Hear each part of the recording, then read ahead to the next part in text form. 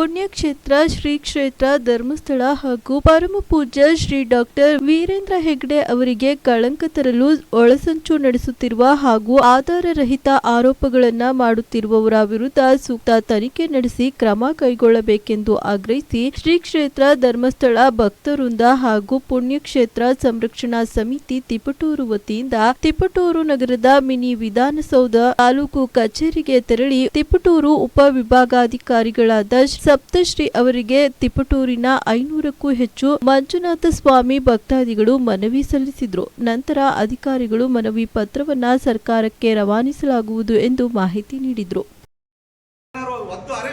ಸರ್ಕಾರ ಅಂದ್ರೆ ಘೋರ ಪರಿಣಾಮವನ್ನು ಎದುರಿಸಬೇಕಾಗುತ್ತೆ. ಯಾವ ರೀತಿ ನಾವು ಮಾಡ್ತೀವಿ ಅಂದ್ರೆ ಹೇಳಕ್ಕಾಗಲ್ಲ, ಅದನ್ನ ಊಹಿಸಕ್ಕೂ ಆಗಲ್ಲ. ಸರ್ಕಾರ ಆ ರೀತಿ ಮಾಡ್ತೀವಿ. ದಯವಿಟ್ಟು ತಕ್ಷಣ ಎಸಿ ಮೇಡಮ್ ಅವ್ರ ಮುಖಾಂತರ ಸರ್ಕಾರಕ್ಕೆ ಮನವಿ ಸಲ್ಲಿಸ್ತಾ ಇದ್ದೀವಿ. ಇನ್ನು ಆ ಯೂಟ್ಯೂಬರ್ಗಳು 420ಗಳು ಇದ್ದಾರೆ, ಅವ್ರನ್ನೆಲ್ಲ ತಕ್ಷಣ ಬಂಧಿಸಬೇಕು. SIT ರಚನೆ ಮಾಡಿದ್ದಾರೆ, ಅದ್ರ ಬಗ್ಗೆ ಕಾನೂನು ಮೇಲೆ ನನಗೆ ಗೌರವ ಇದೆ. ಅವ್ರು ತನಿಖೆ ಮಾಡಲಿ. ಯಾರು ತಪ್ಪಿತಸ್ಥರು ಅವ್ರು ಹೇಳಿದ ಮೇಲೆ ಅವ್ರ ಪರವಾಗಿ ವಿರುದ್ಧವಾಗಿ ಹೋರಾಟಗಳು ನಡೀಲಿ, ಬೇಡನಲ್ಲ. ಇನ್ನು ಏಕಾಏಕಿ ಏನಿಲ್ಲ. ನಮ್ಮ ಧರ್ಮಸ್ಥಳದ ಕ್ಷೇತ್ರದ ಬಗ್ಗೆ, ವೀರೇಂದ್ರ ಹೆಗ್ಗಡೆ ಅವ್ರ ಬಗ್ಗೆ, ನಮ್ಮ ದೇವ್ರ ಬಗ್ಗೆ ಅವಹೇಳನ ಮಾಡಕ್ಕೆ ಇವ್ರಿಗೆ ಯಾವ ಅಧಿಕಾರ ಕೊಟ್ಟನೋ? ಸರ್ಕಾರ ಇದೆ ಅಂದ್ಬಿಟ್ಟು ಸರ್ಕಾರನೇ ಅವ್ರಿಗೇನು ಸ್ಪಂದಿಸ್ತಾ ಇಲ್ಲ ಅಂದ್ರೆ ಮೌನವಾಗಿದೆ. ಸರ್ಕಾರ ಮೌನವಾಗಿರೋದ್ರಿಂದ ಅವ್ರಿಗೆ ಸಹಕಾರ ಅಂತಾನೆ ಅರ್ಥ, ಆ ದುಷ್ಟಶಕ್ತಿಗಳಿಗೆ ಸಹಕಾರ ಅಂತಾನೆ ಅರ್ಥ. ಇದು ತಕ್ಷಣ ನಿಲ್ಲಿಸಬೇಕು ಸರ್ಕಾರ. ಅವ್ರು ಹೇಳ್ಬೇಕು, ಬಂಧಿಸಬೇಕು. ಏನಾದ್ರೂ ಆಗಲಿಲ್ಲ ಅಂದ್ರೆ ಮುಂದಿನ ದಿವಸಗಳಲ್ಲಿ ತಿಪಟೂರಲ್ಲಿ ಉಗ್ರವಾದ ಹೋರಾಟ ನಡೆಯುತ್ತೆ, ಬಂದ್ ನಡೆಯುತ್ತೆ. ಯಾವ್ಯಾವ ರೀತಿ ಹೋರಾಟಗಳು ಮಾಡಬೇಕು ಅವ್ರನ್ನ ಬಂಧಿಸಲಿಲ್ಲ ಅಂದ್ರೆ ನಾವೇ ಅವ್ರ ಮನೆಗೆ ನುಗ್ಗಿ ದುಷ್ಟಶಕ್ತಿಗಳು ಇರ್ತಾ ಮನೆಗೆ ನುಗ್ಗಿ ನಾವು ಏನ್ ಮಾಡ್ಬೇಕು ಅದನ್ನ ಮಾಡ್ತೀವಿ. ನಮ್ಮ ಕ್ಷೇತ್ರ ಉಳಿಸ್ಕೊಳ್ಳೋಕ್ಕೋಸ್ಕರ, ನಮ್ಮ ಧರ್ಮ ಉಳಿಸ್ಕೊಳ್ಳೋಕ್ಕೋಸ್ಕರ ನಾವು ಏನ್ ಮಾಡ್ಬೇಕು ಅದು ಮಾಡೇ ಮಾಡ್ತೀವಿ. ಜೈ ಶ್ರೀರಾಮ್. ಧರ್ಮಸ್ಥಳಕ್ಕೆ, ಕ್ಷೇತ್ರ ಧರ್ಮಸ್ಥಳಕ್ಕೆ, ಹೆಗ್ಡೆಯವರಿಗೆ, ಹೆಗ್ಡೆಯವರಿಗೆ ಭಾರತ್ ಮಾತಾ ಕಿ ಜೈ. ಸದ್ಯಕ್ಕೆ ಇವತ್ತು ಖಂಡಿಸಿ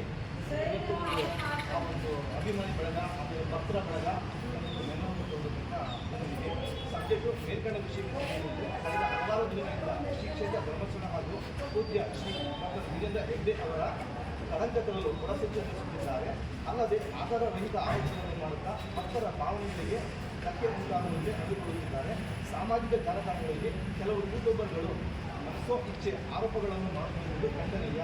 ಈಗಾಗಲೇ ತನಿಖೆ ಪ್ರಾರಂಭವಾಗಿದ್ದು ಇಂತಹ ಸಂದರ್ಭದಲ್ಲಿ ಸುಳ್ಳು ವಿಚಾರಗಳನ್ನು ಹರಡುತ್ತಿರುವುದರಿಂದ ಆರೋಪ ಮಾಡುವವರ ವಿರುದ್ಧ ತನಿಖೆಗಳನ್ನು ಕ್ರಮ ಕೈಗೊಳ್ಳಬೇಕು ಭಕ್ತರ ಆಗ್ತಾರೆ. ಈ ವಿಚಾರದಲ್ಲಿ ಬಹಳ ಒಂದು ಗಂಭೀರವಾಗಿ ಅವ್ರ ಮೇಲೆ ಪರಿಣಾಮವನ್ನು ಕಣ್ಣಿಟ್ಟಿದ್ದಾರೆ.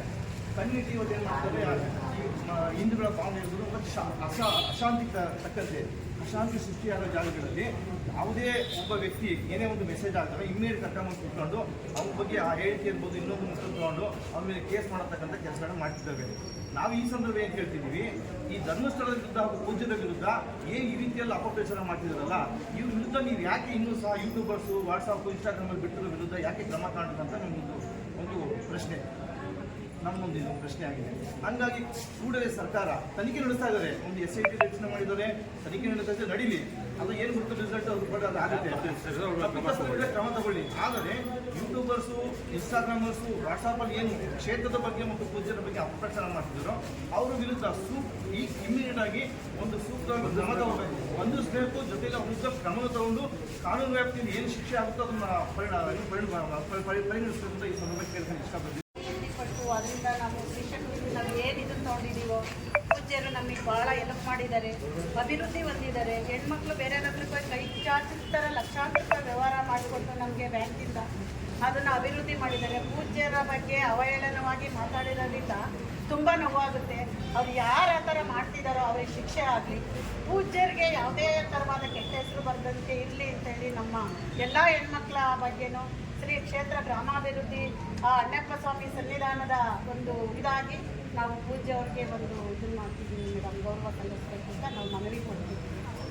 ಇವರು ಏನು ಮಾಡ್ತಾ ಇದ್ದಾರೆ, ಯಾರೋ ಯೂಟ್ಯೂಬರ್ ಇರ್ಬೋದು ಇಲ್ಲ ಬೇರೆ ಇರ್ಬೋದು, ನಮ್ಮ ಧಾರ್ಮಿಕ ಸಂಸ್ಥೆಗಳನ್ನ ಮತ್ತು ನಮ್ಮ ಧಾರ್ಮಿಕ ನಂಬಿಕೆಗಳನ್ನ ಇವರು ಒಡೆಯುವಂಥ ಹುನ್ನಾರ ಮಾಡ್ತಾ ಇದ್ದಾರೆ. ಇದು ಈಗ ವಸ್ತೇನಲ್ಲ, ಧರ್ಮಸ್ಥಳದ ವಿರುದ್ಧ ನಿಂತಿರೋದು ಇವತ್ತು ನಿಂತಿದ್ದಾರೆ. ಅದೇ ಇದು ಹಿಂದೆ ಅಯ್ಯಪ್ಪ ಸ್ವಾಮಿ ದೇವಸ್ಥಾನದ ವಿರುದ್ಧವಾಗಿ ನಿಂತರು, ಆಮೇಲೆ ಈಶಾ ಫೌಂಡೇಶನ್ ದೇವಸ್ಥಾನದ ವಿರುದ್ಧವಾಗಿ ನಿಂತರು, ಆಮೇಲೆ ಶನಿಶಿಂಗಾಪುರದ ದೇವಸ್ಥಾನದ ವಿರುದ್ಧವಾಗಿ ಇಂಥ ಷಡ್ಯಂತ್ರಗಳು, ಇಂಥ ಸಮಾಜ ವಿರೋಧಿ ಕೆಲಸಗಳು ನಮ್ಮ ಹಿಂದೂ ಸಮಾಜದ ಮೇಲೆ ದೌರ್ಜನ್ಯಗಳು ನಡೀತಲೇ ಇದ್ದಾವೆ. ಬಂಧುಗಳೇ, ನಾವು ಏನು ಮಾಡಬೇಕು? ಈಗ ನಮ್ಮ ಧಾರ್ಮಿಕ ನಂಬಿಕೆನೇ ಹೊಡಿತಾ ಇದ್ದಾರೆ. ಇವರು ಕಾನೂನಾತ್ಮಕವಾಗಿ ಸಂವಿಧಾನದ ಕಾನೂನು ಅಡಿಯಲ್ಲಿ ಕೆಲಸ ಮಾಡಲಿ. ಅವ್ರು ತಪ್ಪು ಯಾರು ಇದ್ದಾರೋ, ಯಾರು ತಪ್ಪು ಮಾಡಿದಾರೋ ಅವ್ರಿಗೆ ಶಿಕ್ಷೆ ಆಗಲಿ. ನಾವು ಅದ್ರ